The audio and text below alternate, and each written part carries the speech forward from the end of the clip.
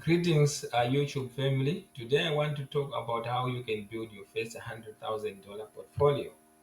But before I do that, I would like to encourage you to click subscribe below so that you don't miss content like this in the future. And secondly, I want to also state that this content is just for educational purposes. As such, it should not be taken as recommendation for investment. So let's get started. The first thing that is important if you want to build wealth and hit your first $100,000 portfolio is make sure you have your emergency fund. Some people they recommend that you just if you have debt, you just start off by just having $1,000 readily available in your checking account, so that if you have any emergency, for example, your child gets sick or your car has an issue that needs to be fixed, then you just have it readily available. This is very, very important so that you avoid going to borrowing. And borrowing comes with sometimes, actually, in most cases, paying interest. And then the second important aspect is you to pay off your debt. Not all debt is bad, but the idea of debt is that there's principal, but you also pay some interest. So that interest, it means you are losing money in a way, right?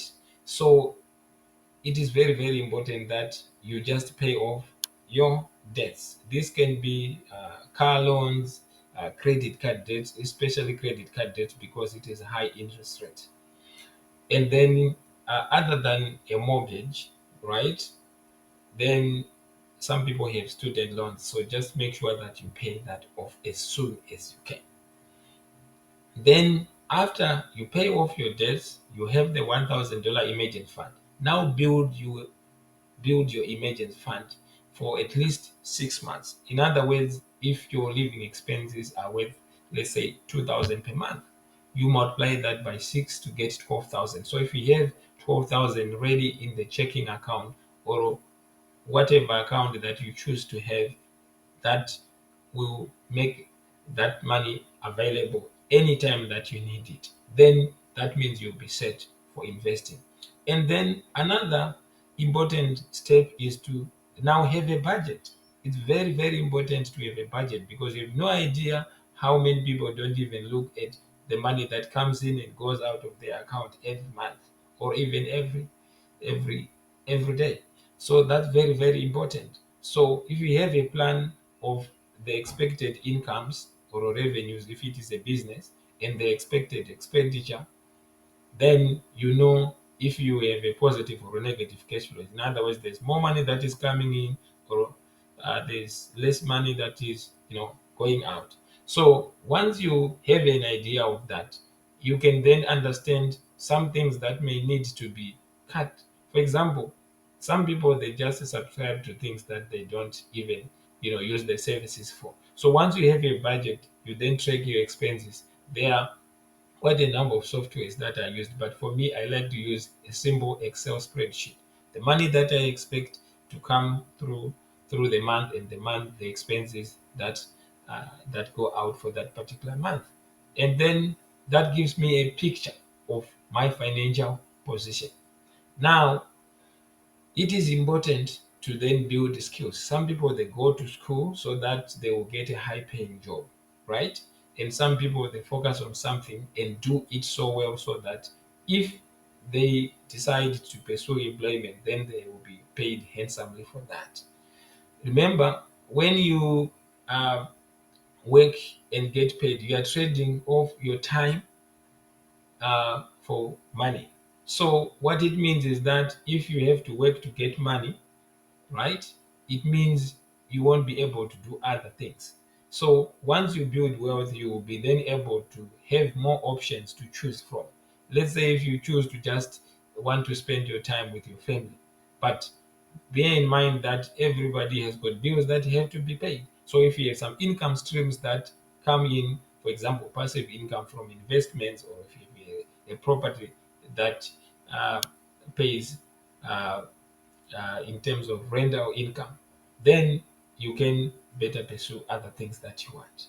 And now Once you have this solid foundation, you can get started. You start to invest. But to invest, you must understand where you're investing your money. And I've done some videos on how to start investing in the stock market, and also the difference between passive income and active income. So you choose whatever is fit for your investment philosophy. If you want to invest for the long term, it is important, therefore, to understand that in the stock market, it's a long term game. You have to understand that the stock market, it goes up and down. In some cases, for example, in Japan, it has been going down for many years, right? But mostly in the United States and Canada and other advanced companies, right? The stock markets have been going up. But it is very, very important to understand where you invest your money. I like to invest my money in the United States Stock Exchange and also the Canadian Stock Exchange. But I stress that it is very, very important to understand where you invest your money, and I will do more videos to share my experiences on that. Lastly, but not least, it is important to also increase your income streams. So some people, they take up a second job. Some people, they make sure that they have income streams that come in, and then they accelerate their savings. And once you have more income that is coming in and you invest it, then it helps you to grow your portfolio, and over time you look back and see that this journey was worthwhile, because whenever you have money that is coming in when you are not actively participating in making that money, then it means you have passive income.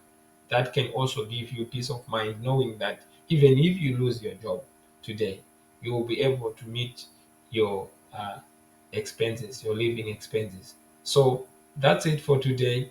I like to thank you again and encourage you to subscribe if you like to receive notification about content like this in the future. Thank you again.